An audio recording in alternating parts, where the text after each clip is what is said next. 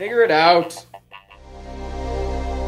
Hello, this is Adam Koralik with Figure It Out Productions. The following video is part of our Quick Shoot series. Hey guys, it's Adam here, and before we get into this, I need to apologize to you. Generally, when I make a video, I do it because I feel a sense of passion or excitement, might be a better word, for the subject we're going to discuss.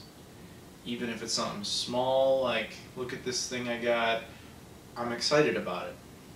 Or just a concept I want to express, I usually am fired up. And it's because that's how I am, but it's also because I want to make you feel that way. I want you to understand it that way. And I can't do that today because I am sad. I am sad because of the news we are obviously about to talk about, which is of course the death of Satoru Iwata. And I wasn't going to make a video about this. I did not want to make a video about this because of what I said. It defies what I traditionally consider to be a rule. Like, I feel like if I'm going to make a video about something, I want to be able to excite you guys. And I can't do that with this subject. So why am I doing this video? One, unbelievable amount of you wanted me to talk about it. And while that's a good motivator, it's not always enough. But the second one was, the more I thought about it, I felt I needed to pay my respects to this man. Now, Satoru Iwata, of course, was the head of Nintendo of Japan. Basically the head of Nintendo in general. And he'd been running the place, I think, since 2003, so over a decade. And it's not like he just came out of thin air. You know, it's not like that's where he started, was at the top. The dude's been influencing the video game industry for years. Just a couple of examples, you know, he worked at HAL Laboratories, where of course he had a direct hand in creating Super Smash Brothers. You know, you go further back, he was involved in the Mother games, or Earthbound. And I mean, he had all sorts of influences. The dude's been around for a long time.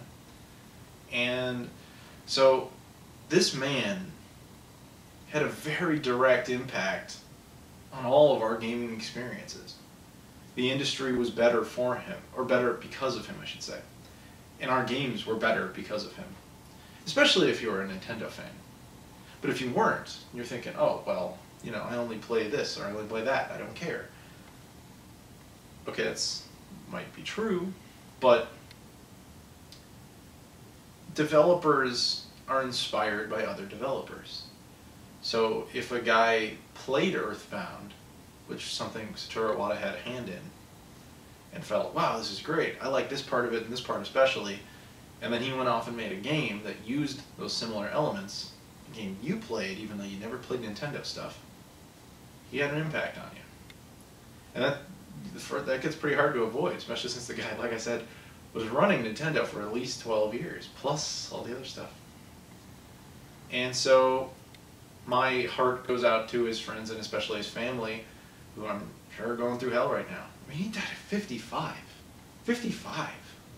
That's sad on so many levels, you know? And, I mean, I didn't agree with everything he did professionally, certainly not. You know, there were times I thought, why did you do that? I should have done this, etc. But certainly would never, ever want the dude to go out like that. That's just awful. I mean, I don't know the exact circumstances of how he died. We know he apparently had medical problems for a while that he really wasn't talking about. I mean, we just saw this dude at E3 2015. Granted, it was through Nintendo's like digital performance, you know, with the puppets and stuff, but he was directly involved in that. And yeah, it's shocking, man. I mean, I remember, granted, because it was only yesterday, but it's one of those moments. It was one of those moments where you'll kind of be like, do you remember where you were when this type of thing happened? And the death of Satoru Iwata, you know, I was sitting on my couch watching a movie with my girlfriend, and just got a bunch of notifications all of a sudden, like a storm of them. Which is interesting because that, you know, I just basically, I looked at my phone, and I just had a shit ton of messages saying Satoru Iwata died, Satoru Iwata died. And I was like, no way. No way, that's ridiculous. It's gotta be a hoax. There's no way that's true. And every major site was talking about it. And I was like, this is an elaborate hoax. It would have to be. And then, of course, Nintendo's actually put out a statement about it, and I knew it was real. And I was just like, wow. Because you just don't lose a gaming legend like that often. I mean, there aren't that many to begin with. To lose any is just very, very, very, very sad.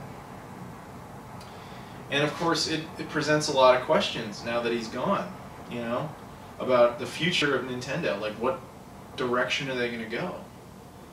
And I have any number of thoughts on that, but it's simply not appropriate to talk about it now.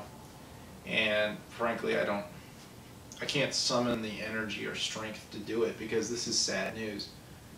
And yeah, I don't know. It's a bummer. What can you say? So, I don't know, how are you guys taking it? How are you feeling? I hope you understand why you should care about the death of a gaming legend who helped define the industry for at least the last 20 years. Because if you don't understand that, that in of itself is also sad. But yeah, so those are my quick thoughts. I think we should all send out a salute to this man. He deserves it at the very least. And again, good luck to his family and friends, who I'm sure will never see this, but nevertheless, my heart goes out to you, and I hope the rest of you will pay your respects as well. So, on that note, guys, thank you very much for watching, and I'll see you all later.